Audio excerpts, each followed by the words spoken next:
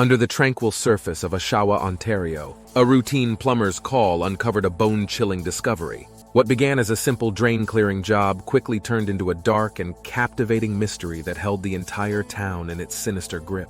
As the details emerged, a bizarre reality unfolded, revealing perverted acts that ended the lives of two innocent teenagers, Rory Hache and Candice Fitzpatrick. This is the story of Rory Hache. On July 9, 1999, a spark ignited in the small suburb of Ashawa, Ontario, as Rory entered the world. She danced through life along the shores of Lake Ontario where the waves echoed her vibrant spirit. She had a knack for rap beats, loved assisting the elderly, and embraced furry friends. Rory's generosity was legendary. She was known for happily sharing her lunch with her friends in school. In the cadet uniform, Rory shone even brighter, receiving the Cadet of the Year title not once, but twice, proving that intelligence and charisma were woven into her very fabric. However, a puzzling shift emerged after her consecutive Cadet of the Year victories. The once promising path veered into darkness during Rory's first week of high school. She took a dark turn when someone offered her meth, starting a rough journey. Addiction took hold quickly, and shame became her constant companion.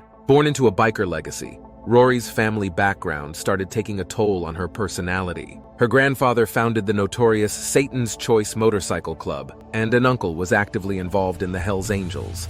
Rorys Story took a surprising turn, a testament to the strength she found in her support system. Her family, with their help, she bravely fought her demons, emerging victorious in her battle for sobriety. 6 months of hard-fought clean living followed, backed by a supportive guidance counselor, a steady job, a return to education, a loving boyfriend, and the pride of renting her own place at the age of 17. Rory was on a roll, her life back on track. However, tragedy struck in August 2017 when Rory found herself in the hospital nursing injuries sustained from an accidental house fire. During this vulnerable time, Rory mysteriously vanished from the waiting room. As days rolled by, Rory's absence started drawing attention, leading to a full-blown alarm being raised by her family and community. 2 days after the discovery of a torso in Ashawa Harbor, questions emerged about Rory's possible pregnancy. However, it was too early to distinguish any signs from the torso. 2 agonizing months passed before Rory's family provided her DNA for comparison,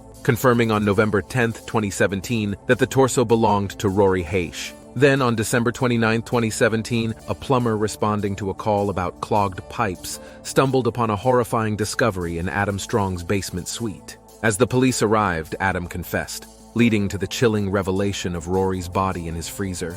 The discovery sent shockwaves through the town, unraveling a tale of horror and tragedy. In a chilling twist of events, the investigation into Rory's tragic demise uncovered a macabre scene that defied all logic. Rory's blood-soaked shoes were found stuffed in a plastic bag, while bloodstains painted every inch of Adam's suite from floor to ceiling. A harrowing dive into his online history revealed a disturbing fascination with gore sites depicting death and dismemberment. Even more shockingly, an undetonated pipe bomb was discovered, hinting at Adam's sinister intentions.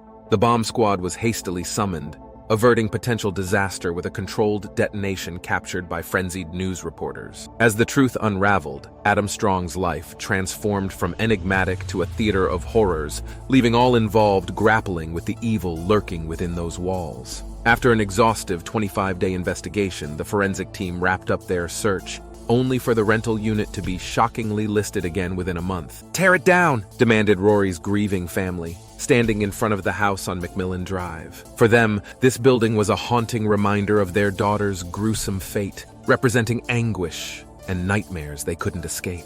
Rory's autopsy painted a grim picture, fractures and facial injuries inflicted before her death, her body methodically dismembered, likely flushed down the toilet. The cause of death remained a mystery, shrouded by her body's state. Who was Adam Strong? His troubled past revealed a dark narrative, blaming his crimes on a tumultuous childhood. Confessions of a young boy with tendencies akin to a serial killer, harboring a disturbing urge to torture animals. Behind the facade of a gas station, attendant at 46, lurked a man with a chilling history of violence, begging the haunting question, what drives a person to commit such unspeakable horrors? In his interactions with officers, Adam didn't reveal any names, maintaining a facade of self-assuredness. Even though he wasn't as intelligent as he portrayed himself to be, fate had Detective Darren Short on duty that day, taking charge of the interview.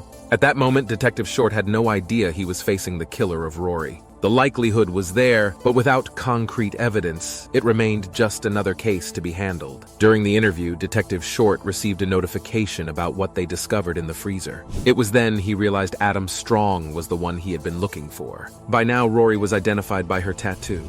Armed with this information, Detective Short's approach was direct. He confronted Adam, forcing him to face the harsh reality of his actions. At that point, a lack of crucial information surrounded the circumstances of Rory's death. To press murder charges, it was crucial to have solid evidence confirming her death as a homicide. But the specific cause of her death remained vague. It was apparent that Adam was in no mood to cooperate. The only hope that remained was the plethora of blood-soaked evidence that could pin the murder on him. Detective Short sifted through the evidence meticulously. Each piece was a potential link in the chain leading to justice. Among them, a menacing Wyoming knife stood out, its gleaming edge hinting at a grim tale. The hope was simple: find Rory's DNA, and Adam's fate would be sealed. Days turned into weeks, anticipation mounting with each passing moment. Finally, the forensic report arrived, promising a resolution. Yet, as Detective Short pored over its contents, a chilling realization set in. It wasn't Rory's DNA that stared back at him from the page. In a twist both unsettling and tragic, the evidence pointed to a second victim, Candice Fitzpatrick,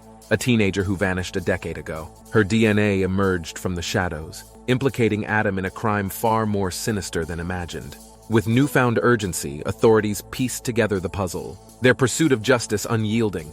Yet amidst the certainty of Adam's guilt, one question loomed large. Where was Candace, and what dark secrets lay buried with her? On July 10, 2018, they learned that the DNA belonged to Candice Fitzpatrick, an 18-year-old female who had gone missing almost a decade earlier in March of 2008. She was known to frequent the central Ashawa area, as did Rory. Candace also struggled with drug addiction, but was described by her dad as having a big heart and love for everyone. Candace was last seen leaving home for the mall in March 2008. However, her disappearance was only reported 2 years later. Her transient lifestyle meant her brief absences didn't immediately raise alarms. As months passed without contact, her father's concern grew. The uncanny resemblances in the life stories and physical features of both women are striking. Candace was officially reported missing in 2010, 2 years after she actually went missing. This delay made the task of finding her much more challenging. Her father dedicated years to searching for her, but hope gradually faded. Unfortunately, a decade later, his grimmest fears manifested in Adam's apartment on November 8, 2018. Adam Strong was brought in from prison for his second police interview. Detective Short observed this 11-hour interrogation, orchestrated by Detective Paul Mitten, unfolding live from another room. Right from the start, it was evident that Adam wasn't scared or stressed. Instead, he appeared remarkably upbeat and chatty. It's as though he holds all the cards, feels an upper hand, and takes pride in it, enjoying the spotlight that now shines upon him. After his demands are met, he finally acknowledges knowing Rory. As he begins to open up, there's an obvious caution in his admissions, a careful dance between revealing certain details and withholding others. It's a calculated approach, as if he's strategically navigating the narrative to suit his own motives. Detective Paul Mitten tirelessly probed for answers, working to piece together the timeline from the discovery of Rory's torso on September 11th to the crucial call from the summer in late December. 2 years later, we found ourselves at the trial. Despite Adam's clear admission to dismembering his victims, he surprisingly pleaded not guilty to the 2 counts of first-degree murder. His defense attorney floated the theory that the girls may have overdosed and Adam panicked. However, Rory's head injuries told a different story. During the trial, the defense attempted to challenge the admissibility of Adam's initial admissions to the police, claiming a lack of access to legal counsel. On March 16, 2021, Adam Strong was found guilty of first-degree murder for Rory Hache and the manslaughter of Candice Fitzpatrick. As Candace's remains were never found, the court couldn't prove her murder beyond a reasonable doubt. Despite this, Adam was sentenced on May 27, 2021 to life imprisonment with no possibility of parole for 25 years. Finally, justice was served for the heinous crimes he committed. The cries of victory from those closest to Rory, Hache, and Candice Fitzpatrick echoed. After learning that Adam Strong was guilty of first-degree murder and manslaughter and was now going away to prison for good, their grieving families finally found closure. The judge stressed that there was no hope for rehabilitation for Adam and firmly stated that he would spend the rest of his life behind bars. Speaking directly to Strong, the justice said, "You are a dangerous predator." Just a month after being imprisoned, Adam realized that he would rot in his cell forever. He understood that he held no bargaining chip that could shorten his sentence. After some rounds of questioning, the investigators managed to get the answers they needed to locate the remains of Candice Fitzpatrick. As the curtain falls on the haunting saga of Rory, Hache, and Candice Fitzpatrick, one cannot help but ponder the depths of darkness still concealed within the seemingly ordinary walls of a bona fide horror house. Chilling questions remain unanswered. Were there more victims whose stories may never surface? What if the plumber was never called? Why did he skin his victims? The mysteries persist, the untold stories that may forever remain in the shadows. Join us by subscribing to True Crime Stories, where we give voice to yesterday's victims, paving the way to shield the victims of tomorrow. Together, let's turn the echoes of tragedy into a resounding call for awareness and change.